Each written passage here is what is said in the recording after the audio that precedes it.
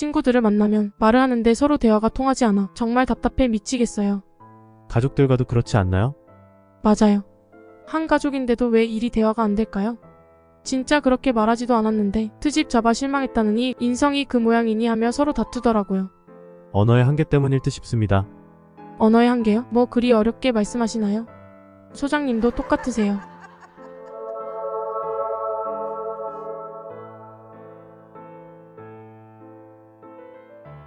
말이라고 하는 것은 그 사람이 이렇게 표현하는 말도 있지만 그 속에는 어감도 있고 또 우스갯소리도 있을 수 있어요.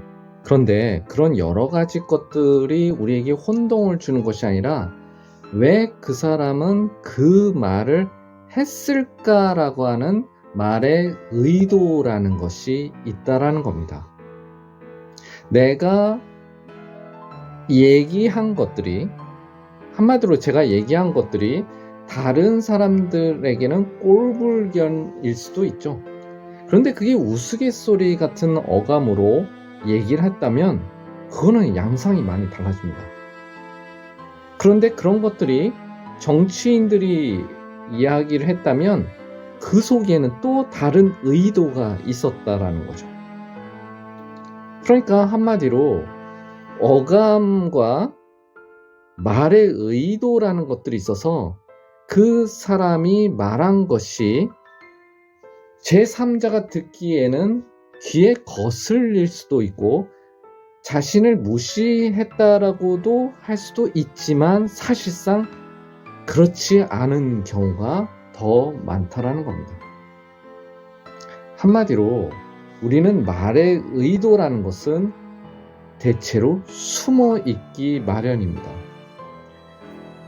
저와 다른 사람과의 상대 둘이서 대화를 한 것들이 아마도 제3자가 듣기에는 좀 자신을 공격할 수도 있고 그리고 그 자신을 위태롭게 한 말일 수도 있다는 판단에 그 사람들이 싫어질 수도 있다는 거죠.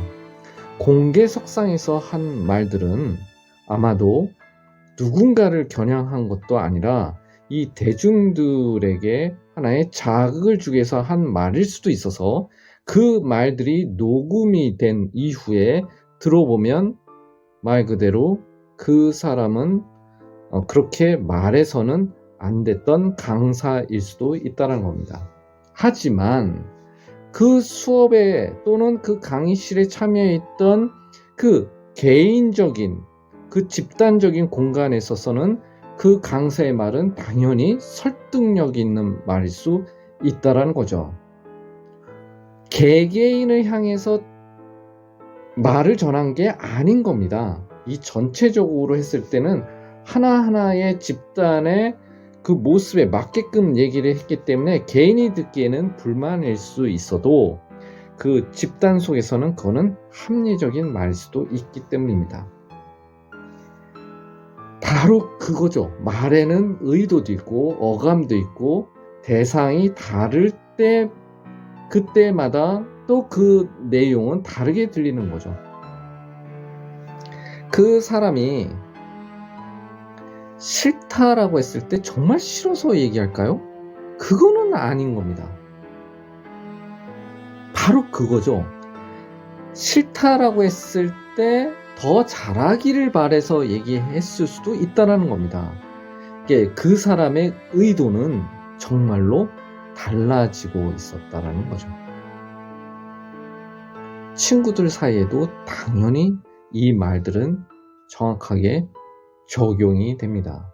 정치인들에게는요, 말의 의도를 분석, 해석하지 않으면 그들의 입장, 주장은 허공의 메아리처럼 들린다라는 것입니다. 우리의 언어는 직접적으로 말을 해도 사람에겐 보이지 않는 말의 의도가 있다.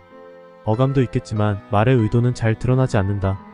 당사자가 아닌 제3자가 전해 들으면 말 그대로 어감도 알 수 없고 맥락도 사라지며 말의 의도는 더더욱 알 수 없다. 예컨대 A라는 친구 어떠니? 그 친구 인성이 쓰레기야. 이를 제3자가 전해 들으면 그 A라는 친구는 엄청난 쓰레기가 되고 만다. 실제로는 자신만을 무시하고 좋아하지 않는 그 친구에 대한 불만에서 나온 말의 의도도 있어서다.